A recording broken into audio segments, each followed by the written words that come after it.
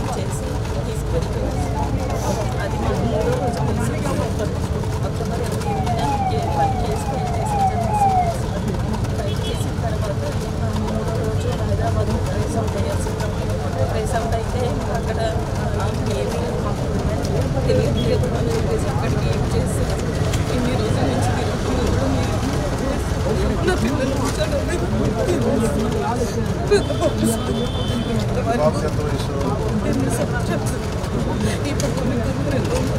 తెలుసు సార్. ఇప్పుడు వారికి కుటుంబానికి కూడా నేను చెప్పుకోలేదు సార్. హాస్టల్లో చదువుకుంటామని చెప్పలేదు.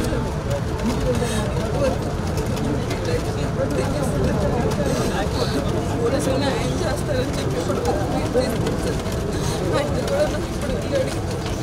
క్రైమ్ బ్రాంచ్ పంపించి ఇక్కడ Machavaram PS sir, Vijayawada Machavaram PS sir. చూస్తాం అని అంటున్నారు. వాళ్ళు మీకు ఫోన్ చేయాలి, ఫోన్ చేస్తే కానీ మేమేం చేయలేమని చెప్పారు సార్.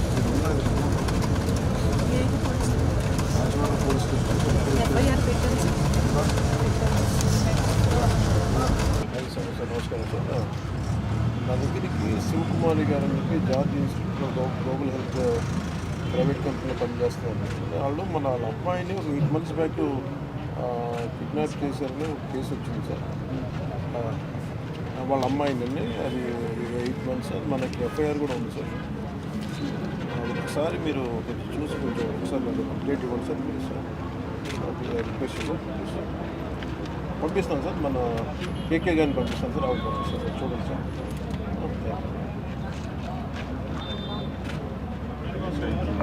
మీరు వెళ్ళండి అమ్మా ఒకసారి.